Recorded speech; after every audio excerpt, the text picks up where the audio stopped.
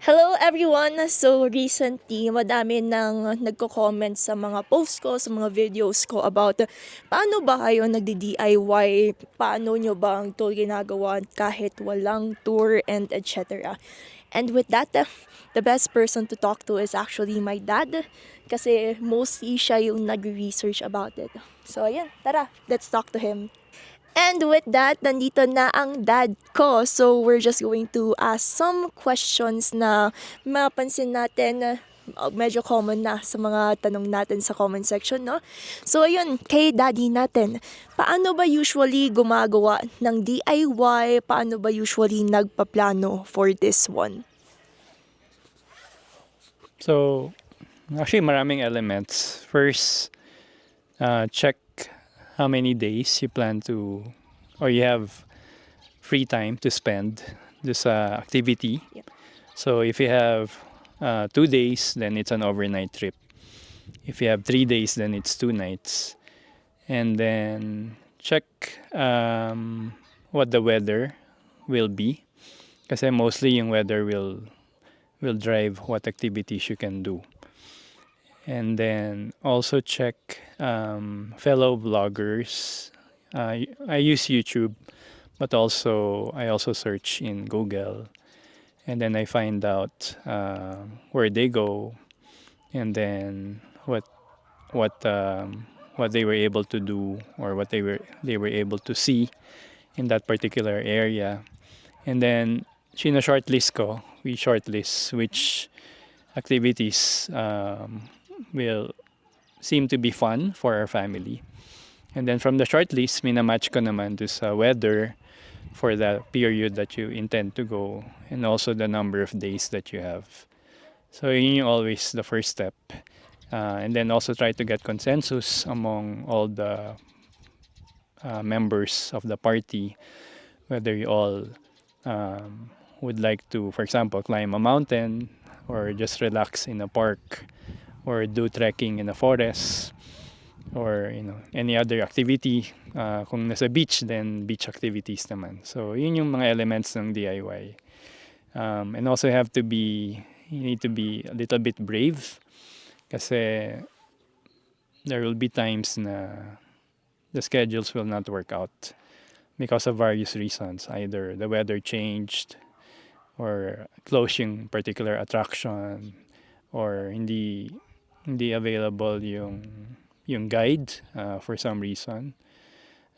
So you have to be brave, kasi if you're not joining a tour, then you have to take responsibility for the changes na mangyayari, and also be able to prepare a plan B. No, kasi when there's change in weather, then what else can we do? For example, if it rains, so dapat meron kang alternative, like an indoor activity that you can do. Ayan, so that's our first set of questions sa aking dad. So sa mga nagtatanong dyan, kasi for sure nakakakaba ang maging first time na magplano, mag-DIY ng mga trips. And currently we're now in Atok, Benguet. That is also DIY. So to my dad, ano ba yung pwedeng mga tips or advices na pwede mong ma-share naman sa ating mga tagapanood? Some tips. First, you need contact names and numbers for the resource persons that you need to talk to. Kasi some of the activities you plan to do would require a guide, or would require permits, or would require, if you're climbing a mountain, let's say Pudag, there will be an orientation seminar before the actual climb. Yung seminar, I heard may slots. So for a weekend, you have to reserve slots. For a weekday climb, walang slots. So things like that you need to be aware of. So for example, you plan to do a DIY on a weekend, you might travel all the way to Benguet only to find out na wala kang slot for the orientation, so you can't climb. So things like that, you have to be careful. You need to do a lot of research on your own, kasi you're not joining a tour. So that's one of the tip. Find resource person, and then email or phone number of that person who can assist you. Second, yung weather, we know, always changes. Yeah. So, you just have to take a risk. Kasi sometimes, the weather cooperates. Pero at times, as you can see, yan, it's cloudy. It's supposed to be sunny today. Pero biglang nag-turn yung weather. Usually, pag mountains naman, the weather changes frequently. So, yung mountains can be finicky pagdating sa weather. And sometimes it's cloudy, and then sometimes biglang blue sky, and then maaraw. Yeah. And then always bring if you're climbing, always bring rain protection kasi you'll never know when it's going to rain next. Also bring enough food kasi sometimes yung you're expecting some restaurants to be open, yung pala wala or they're closed. So make sure you have easy to snack on food to tide you over to the next meal.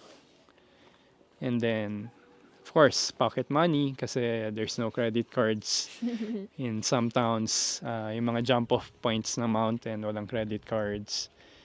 Also, wala ring GCash. So, most of them, it's on a cash basis. If you're new to climbing, make sure you have enough support equipment like climbing poles, climbing sticks, and wear the proper shoes.